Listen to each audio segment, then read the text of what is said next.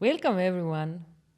My name is Kadri Ukrainski, and I'm here Innovation Policy Professor. Here means Delta Management School at Tartu University, and I'm very happy that with me here this morning is Professor Mihkel Tombak from Toronto University. Mihkel, could you please introduce yourself in terms of what is your field of study, and also what is your relationship with Estonia? Well, the relationship with Estonia is that, well, my parents were from Estonia, and so I grew up in an Estonian household. They spoke Estonian, well, I remember one thing in particular that's sort of funny is my father. He spoke to me in Estonian, but I knew it was a very important thing that he wanted to communicate to me with. He repeated it in English, but I often understood him better in Estonian. And I went to Estonian school and Boy Scouts and folk dancing and choir singing, and went on to, worked for a while in a plastic pipe factory in Toronto, but went on to study engineering, which many Estonian young men did in Toronto, and then went from there to study, operations research, cybernetic, I guess it'd be referred to here. Yeah. And my field of study has been industrial organization and business strategy, with a particular emphasis on the economics of innovation, and so. So I'm happy to be here, actually, and in particular at Tartu, teaching a course in theory of industrial organization, and to attend this Black Swan event. Yes, that's very nice. I'm also participating on the course, and this is very interesting for us, indeed. And to everybody, Mihkel is also a supervisor of AJ Agrawal, who is a founder of CDL. And we have now 3 years ago started CDL also here in Tartu University. So these kind of connections as well. So we are really, really happy that you're here. And yes, coming to this Black Swan event, so this is mostly seen here as Black Swan as something like crisis-like or something with negative connotation. So, but probably this can be also related to positive events. So how do you feel, or what do you think about these kind of events, and what comes to your mind first? Yeah, Black Swan event is a rare event, I guess, and it could be a positive one. And in fact, I think it's been a fairly positive one with respect to Estonia. I think the whole Estonian sort of, the Estonian awakening, the ülesärkamise aeg, which happened in the 19th century. It was a Black Swan event. The creation of the Estonian Republic was a Black Swan event, and then the recreation of the Estonian Republic was another Black Swan event. So there've been multiple Black Swan events throughout the history of Estonia. On the topic of CDL and startups, Jay at one point in time phoned me and said we're starting a CDL in Estonia, and so I asked why, and he started telling me that they're doing great in entrepreneurship. They're number one in terms of venture capital in Europe, and number one, or even number two or number one, competing with Israel on number of unicorns per capita, and initially I thought that, well, it surprised me. Excuse me. It surprised me that because I thought, perhaps this is because my view of Estonians is colored by the Toronto Estonians, but I think of them as being fairly conservative and Yes. and not wanting to take on debt and paying back their debts early, and that's not what you envision of an entrepreneur or startup person being. But when I started to look more deeply into the history of this, I found that this entrepreneurship and ettevõtlus has been, a part of the Estonian story, a very integral part of the Estonian story. So if we go back to the Ylesarka Mosaic, what was taught to us in Toronto Estonian school was that a man started publishing an Estonian language newspaper. He had a daughter who wrote beautiful poetry, and indeed it was beautiful poetry. And people then had an epiphany that we are people. We're cultured people. Our language appears in print, and as an economist, I thought, no, this story is not that simple. First of all, looking at it from a perspective of an economist, you think, well, there had to be subscribers to this newspaper. The German barons certainly weren't interested in an Estonian language newspaper. So who was subscribing? And it happened around the time when Estonians first got the right to buy land, around 1860. Basically, Estonians had been for 640 years, I think, slaves. We don't talk about it that much, I think. Perhaps we're embarrassed about that. I don't know. There's nothing to be ashamed of. In fact, if you think about it, that we came from slavery to where we are today in 160 years, this is something that Estonians should be proud of. And so they got themselves out of slavery. And how did they get themselves out of slavery? Well, they started slowly to buy some land. And really who owned all the land were these estate owners, German estate owners. And of course they didn't want to sell their land, because every time they sold some land to an Estonian, they lost the free labor that they got from them.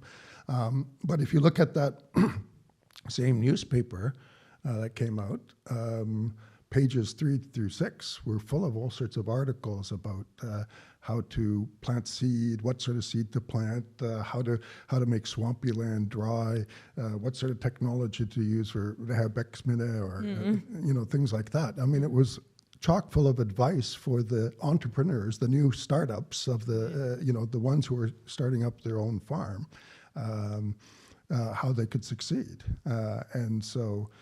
and they did succeed. If you look at some of the statistics that were developed for the productivity of the farms, the productivity of the Estonian farms, even though the Germans would tend to sell them the land that wasn't as good, the productivity of those farms in terms of viljakus and that was significantly higher.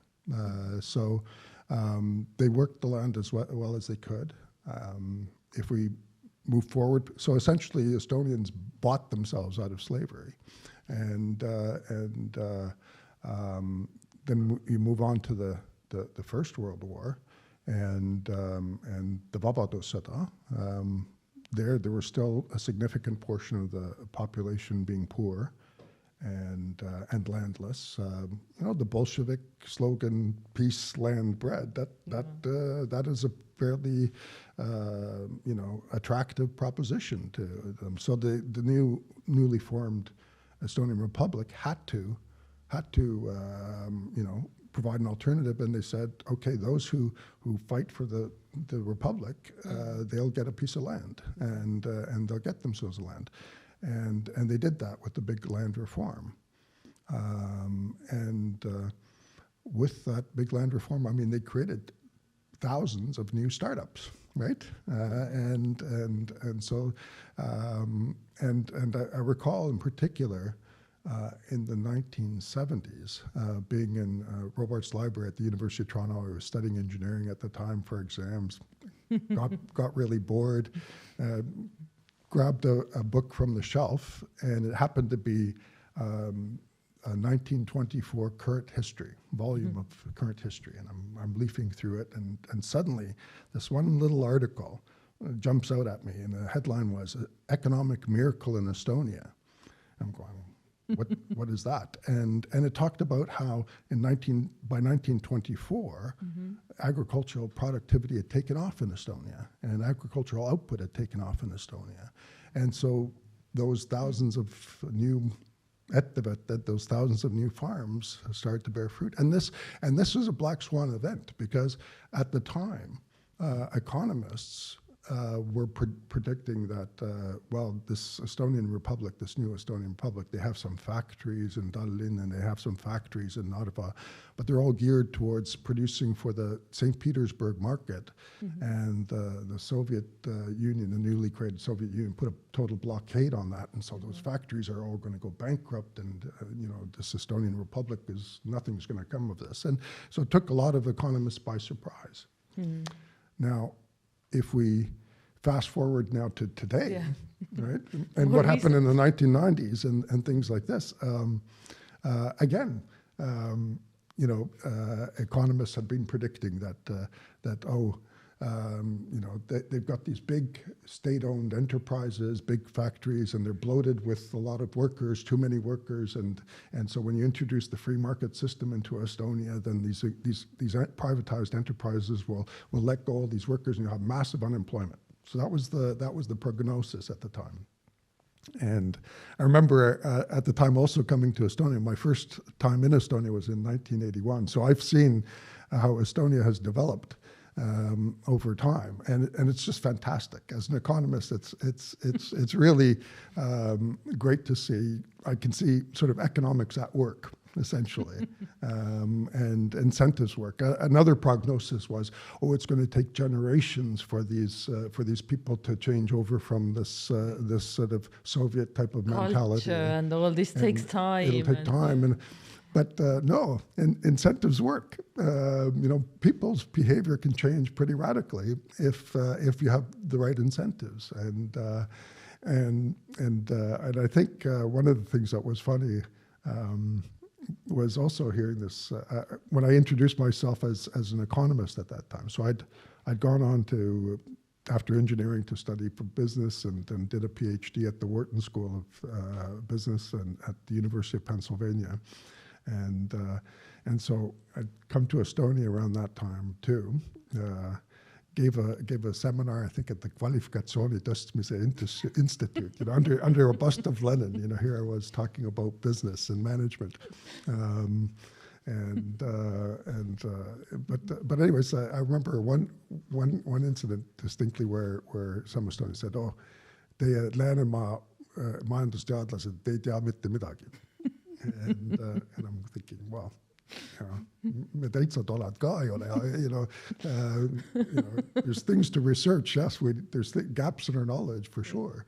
But it was fantastic to see the change. I mean, they started with this ise majandov Eesti, and it was truly mõlemas mõttes. It was a ime. It was a black swan event, and it did make them economically self-sufficient, I guess is the translation for ime. And so that was wonderful to see that transformation.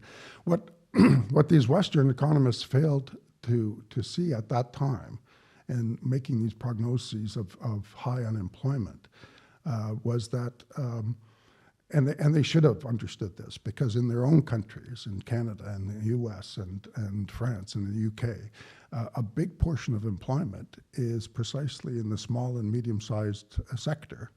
And that was what was lacking under the Soviet time. Not totally lacking, but there was a fact. And so really, I would describe the early 1990s as the golden age for entrepreneurship in Estonia. I mean, it was fantastic to see all the new liquor bottling plants, the new breweries, the new restaurants, cafes, shops for shoes, for all sorts of things, just blossoming. It reminds me a little bit. I was at the time a professor over at the Helsingi Kauppakorkeakoulu, which is now part of Aalto yliopisto. But I remember at the time, among economists, this economics of transition was a very hot topic, and we had a Nobel Prize winner, Douglas North, came to Helsinki to give a speech, and of course the aula was packed full. And he was talking about this economics of transition. And he said that what's clear, he said that, first of all, that there are these 20 different countries all trying to achieve this transition to a free market economy, and each one were following sort of different policies. Some were doing more drastic moves, some were saying more, no, we should do it more gradually. And so for an economist, it was a fantastic laboratory with all these different policies, which ones work and which ones don't. But what he said that stuck in my mind was that it's clear that those countries which have some memory of how the free market system worked, and indeed Estonia does, whereas I don't think Russia does, for example. So we had some concept, around the table they would describe, how the grandfather's shop in Tallinn had once operated, and so there's some memory of how things worked, and those countries which had that memory, they were able to take off. Now, of course, the new republic could not do the same thing as what the old republic had done. The old republic had taken off with respect to agricultural products. Well, that's not going to get you far in today's economy. But it was really fantastic to see the takeoff of all these startups in Estonia, in particular in the hot area now, which is IT, and with the internet, and they sort of embraced that, and I'm glad to see that CDL is playing an important role.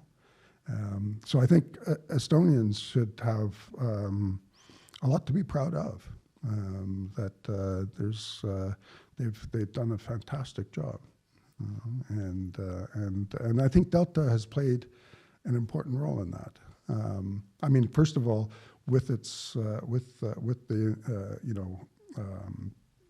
creation of CDL Estonia here and Delta, it's played a role in helping out. And I've noticed here there's a big emphasis on ettevõtlus, and so trying to spur the startups.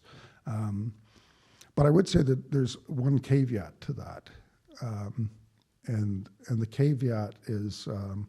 Based on, again, when I was in Finland, I was involved with a project, a World Bank project in Africa. And one thing that sticks in my mind about that is that there's a professor at the London School of Economics, a renowned professor in industrial organization economics, my area. John Sutton is his name, and he was also going around Africa. And he observed that, he said that there's no shortage of entrepreneurship in Africa. And I observed the same sort of thing, that there's lots of these startups. He said what's missing in Africa is this level of managers, juhid,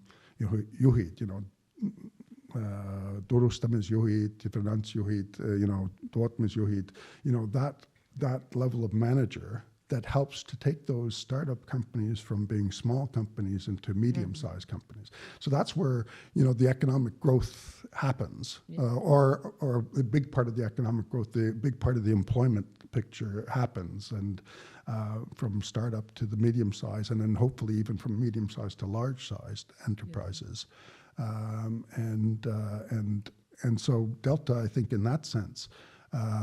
Has a dual role, has played a very vital role in that it's spurring the startups and encouraging the startups, but it's also developing the managerial class that will help those startups move to the next level and to the medium-sized enterprise and the larger-sized enterprise. Yeah. And so this event, I think, is very apropos in terms of, it's a black swan event. This whole country is a black swan, but there's a whole pile of other black swans happening within the country at the same time. Yeah, it's wonderful. So thank you very much, and for explaining us that we have done it at least 2 times, and now Black Swan conference, which is happening on in the beginning of June, 6th of June. Then we will discuss perhaps also the future, what is going to happen, and how we can anticipate and prepare better for some Black Swan events that might happen in the future. We don't know what they are. And also thank you for envisioning what the role of Delta could be in the future also. I agree very much. And I think we have been here only 5 years, so we've only started. So yeah, let's hope that we contribute and yeah, can't wait, enjoy the Delta Majanduskonverents 2025. It's very exciting. Thank you. Thank you.